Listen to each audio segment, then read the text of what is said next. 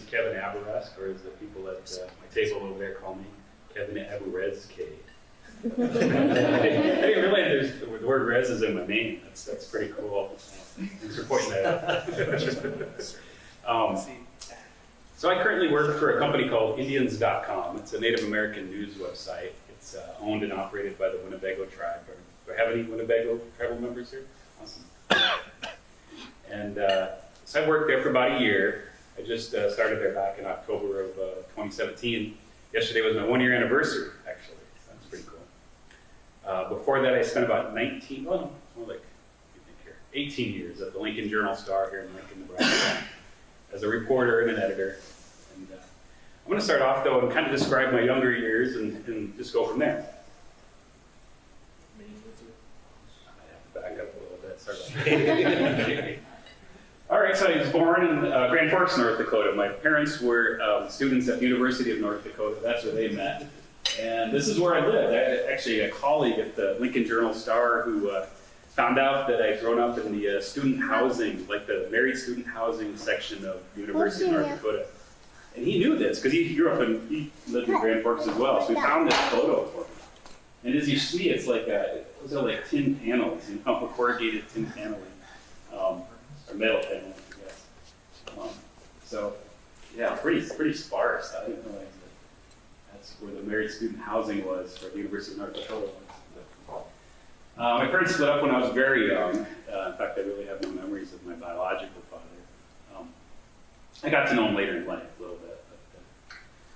But, not long after I was born, my dad left and Mom moved us back to the Pioneer Indian Reservation in South Dakota. My mom's Walla Sioux. I'm actually enrolled in the Rosebud Sioux tribe.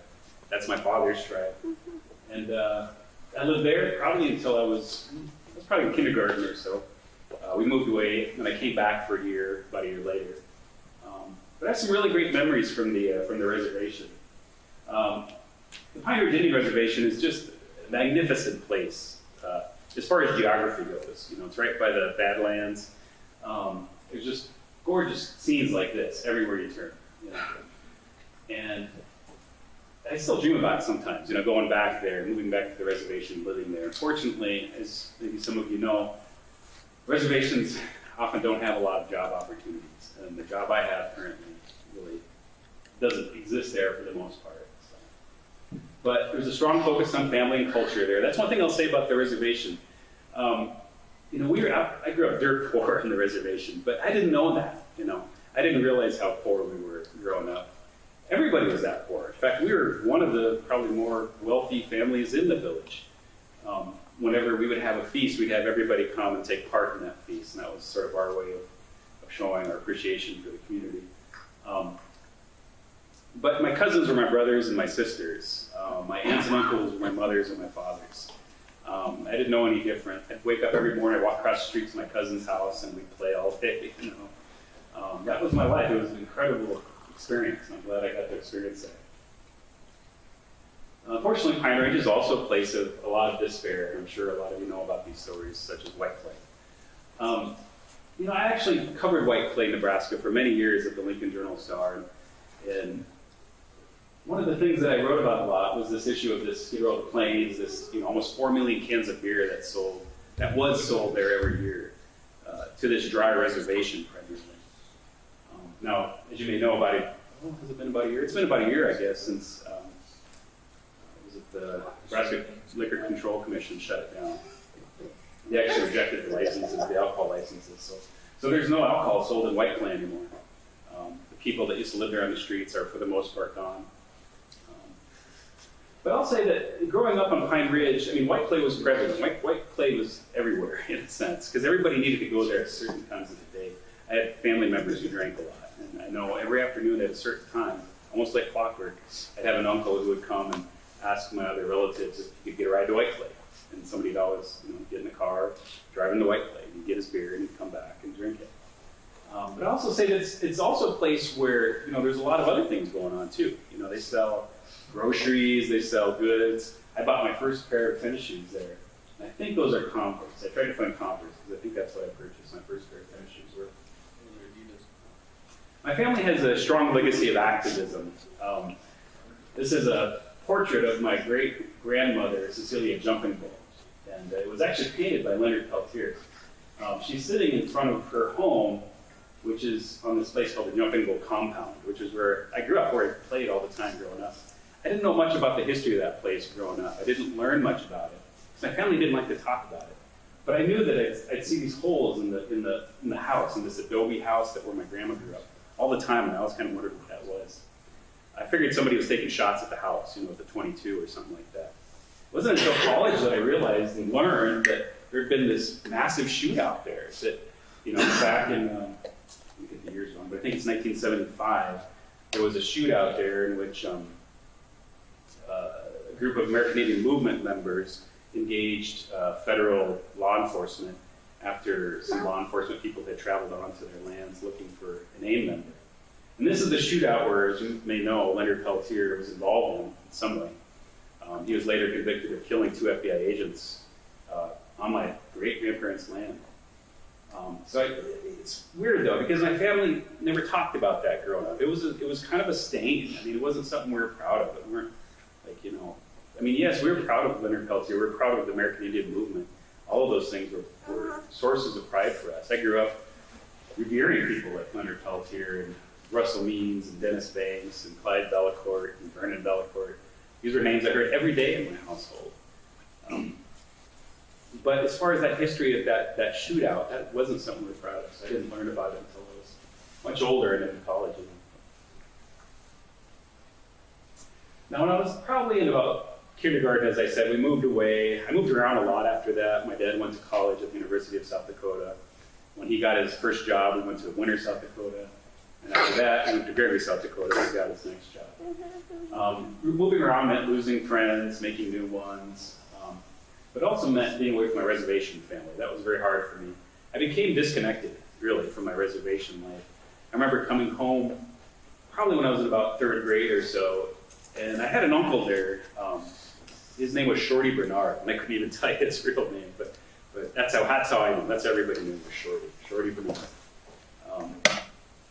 I came home once to the reservation and wanted to talk with Shorty. He was my favorite uncle. He'd always give me money whenever I saw him. So I went up to talk to him, and he pushed me away. When I first went to talk to him, and he said, you need to go back to your town where you live now.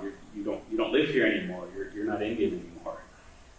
And that really hurt me, when I was young. But he was speaking from a place of pain. He was speaking from a place of, he really missed me. And that's how I've sort of taken it since now, is that it was his way of sort of acting out of that pain. But unfortunately, that's been the case throughout much of my life, is having lost that disconnect, that connection to the reservation. It's been a journey for me to reconnect. And I have to some extent, but it's a constant journey. It's not something you ever completely reconnect to your culture once you lose that connection. I spent most of my life as kind of somebody living on the border between the Native American world and the non-Native American world.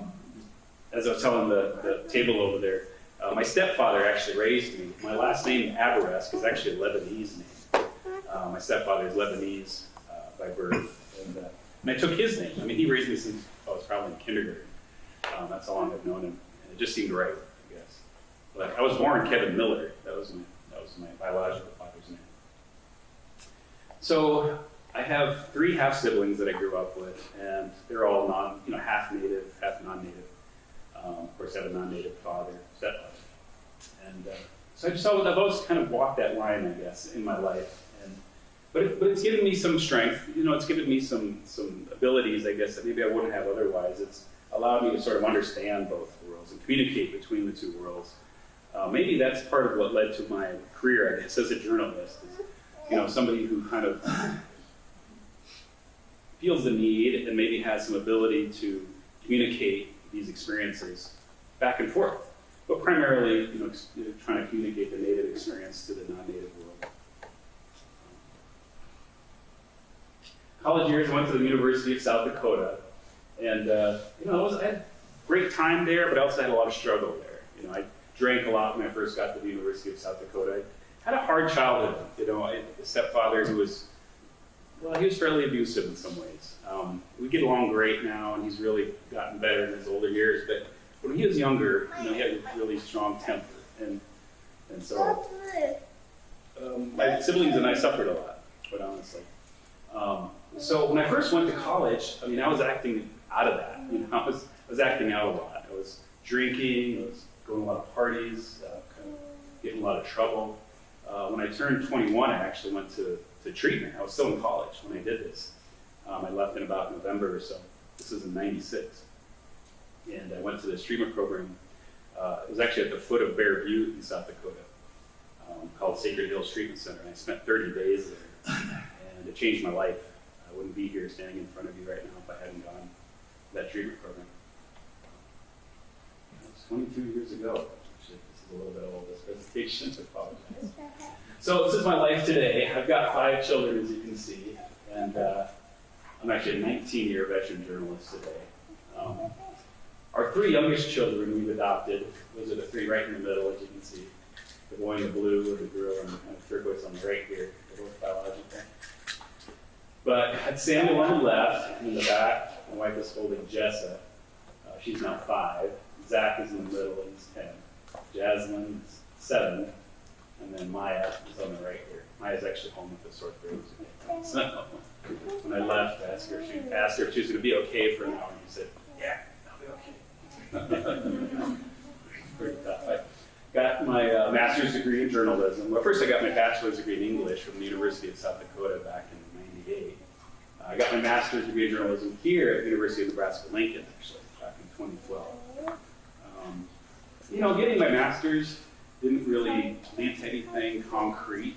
I didn't get a pay raise. I didn't get any sort of benefits necessarily from it. I can't necessarily get a job just because of the master's I had necessarily. I mean, there are some jobs, but I will say it makes me feel better. It makes me feel like I accomplished something. Like I took that extra step, I guess, in my education, and I invested in myself in some way.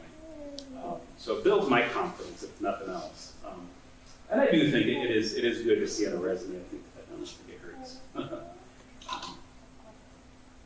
So that's about it. Any questions? Anybody? Oh, one thing that I guess Dave asked me to describe real quick is what I do today. So I didn't do that much at the start. So today, my title is actually managing editor, and I work for Indians.com. Have any of you ever heard of that website? Yeah. It's a Native American news website. It's Indians with a Z. And basically what we do is we cover national Native American news. But the way we do it is sort of interesting. We have a program, it's a scraping program, that every day it goes through all these different websites we've plugged into it. And it finds certain keywords like American Indian, Native American. And we have to look for Indian too, because the Associated Press, their style for Native American is actually the word Indian. So we have to look for that as well, which obviously brings up a lot of other kinds of stories. But every day we get, this program sends us an email, a long list of possible headlines we can post on our site. We decide which ones we want to put on our site. We put them into, our platform, basically, to post them on our website. And then we write about a 5 or 6 paragraph summary of each story. And then we also pick out what stories we want to write ourselves, if they're within that list that we want to write ourselves. Now, typically we don't do that. There's only 2 of us that work for the site. I should mention that. There's my editor, A.C. Agoyo. He's Zuni Pueblo. He lives in Washington, D.C. He's actually an MIT grad. Pretty amazing guy. But, he works in Washington, D.C., and so he does most of that kind of technical work. And my job is more to find stories that nobody else is writing about. That make, Indians.com kind of a destination for people for news that they can't get anywhere else. So that's kind of my beat. Hopefully I'm doing okay with it. I will say that Indians.com is just a great place to work. I mean, it allows me to travel. I actually was in Northern California about 2 weeks ago. I got to write about these 30 indigenous leaders from Latin America, from Central and South America, who were on the Yurok reservation, just outside the Redwood Forest. And they came there to learn about the Yurok tribe's efforts to preserve their wildlife and their forests. So I got to be there for 3 days and learn about, this tribe, this Yurok tribe, and what they do there in Northern California. And it was an amazing trip. I mean, it was gorgeous country, right on the coast. The Redwood Forest is right there. It's just an amazing place to be. This Saturday, or actually Sunday, my son and I, Samuel, we're going to be traveling to Alaska. We're going to be going to Anchorage, Alaska. And I get to cover a conference there. It's a Alaska Federation of Natives conference. So that's pretty cool. Never been to Alaska before. I wanted to take my son too, so, but of course I'll be going to this. But anyway, it just allows me to travel. It allows me to sort of experience things that I wouldn't experience otherwise, probably. A lot of other professions wouldn't allow me to experience. So, but my journalism has taken me all over. I mean, I've been to Bosnia, I've been to Paris, France, I've been, all over the country on various reporting trips. And, so I really love what I do. Unfortunately, journalism is suffering right now. As many of you maybe know, newspapers are really struggling. It's tough to compete with the internet. You can get everything, almost everything you want online anymore. And so what incentive is there to spend $50 a month on a newspaper subscription when you can go and get almost everything you want for free anymore? So that's the conundrum that newspapers are facing. That's part of the reason I had to leave, was that instability, constantly losing colleagues. When I started back in '99, we had 30-some reporters. When I left, we had 10. And that's how newspapers are all over the country. They're just shrinking and shrinking. That kind of journalism is going away, which is very unfortunate, for our society. We have fewer and fewer reporters, watchdogs, watching what government is doing, what officials are doing. Are they spending our money wisely? Are they, scamming us? What are they doing? It's unfortunate to see that kind